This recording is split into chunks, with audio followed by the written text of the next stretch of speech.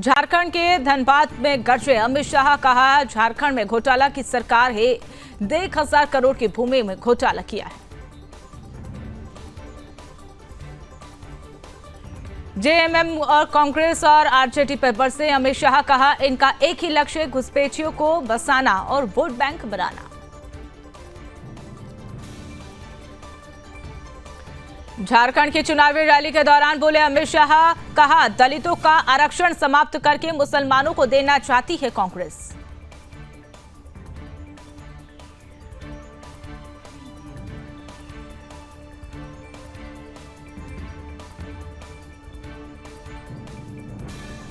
बिहार विधानसभा उपचुनाव पर आरएलएम अध्यक्ष उपेंद्र कुशवाहा ने कहा कि एनडीए के पक्ष में लहर है, चारों सीटें एनडीए बड़े अंतराल से जीतेगी।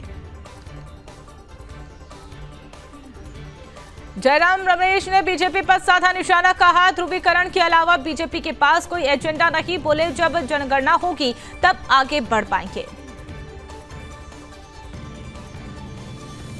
मध्य प्रदेश के मुख्यमंत्री मोहन यादव ने कहा कि महाराष्ट्र और झारखंड में हम भारी बहुमत से जीतेंगे, बुधनी और विजयपुर में भी हमारी जीत होगी।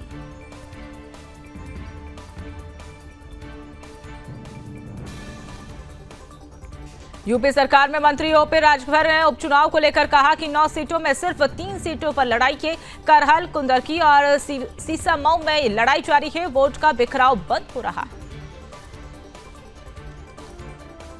बीजेपी नेता तरुण चुग ने खड़गे के बयान पर पलटवार किया, कहा कि खड़गे परिवारवाद की महापरिक्रमा में है, भारतीय संस्कृति और उनके प्रतीक भगवा का अपमान कर रहे हैं। फडणवीस ने ओवैसी को दी चेतावनी, कहा कि यह कोई भी वोट जिहादी की बात करेगा तो उसे धर्म युद्ध से हराएंगे। संजय राउत ने महायुति पर लगाए गंभीर आरोप, कहा कि महाराष्ट्र में चुनाव में बांटा जा रहा है पैसा।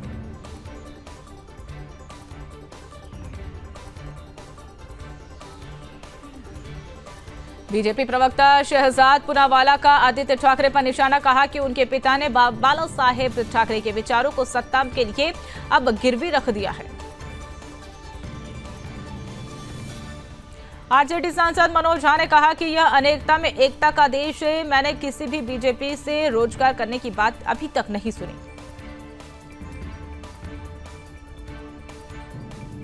उद्धव ठाकरे के हेलीकॉप्टर के जांच पर कांग्रेस नेता अशोक गहलोत ने कहा कि एक पार्टी के नेता को टारगेट करना गलत है, जांच सभी की होनी चाहिए। संजय राउत ने चुनाव आयोग को घेरा, उन्होंने कहा कि अगर तलाशी निष्पक्षता से ली जाए तो उन्हें कोई भी दिक्कत नहीं है। चुनाव में एक दिन पहले झारखंड में छापेमारी, बंगाल में भी कई ठिकानों पर सर्च ऑपरेशन जारी। अखिलेश यादव ने बीजेपी पर साधा निशाना, कहा बटोगे तो कटोगे, बीजेपी का सबसे नैरेटिव नादा।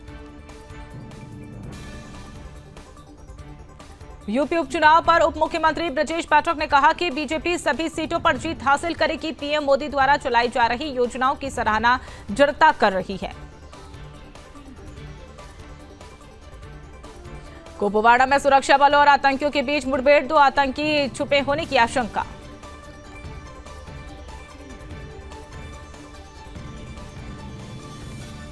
यूपी के कासगंज में बड़ा हादसा, मिट्टी के ढेर में दबने से 4 महिलाओं की मौत, 5 लोग घायल बताए जा रहे हैं।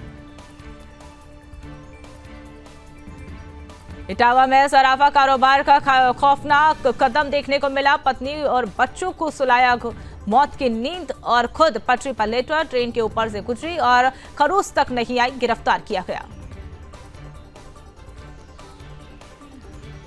रूस ने यूक्रेन पर किया जोरदार हमला, 6 लोगों की मौत।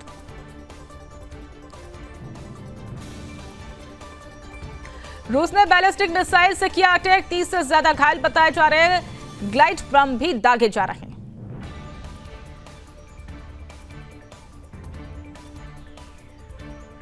रूस ने जपोरिया शहर पर 3 शक्तिशाली ग्लाइड बम दागे, जिसमें 1 व्यक्ति की मौत।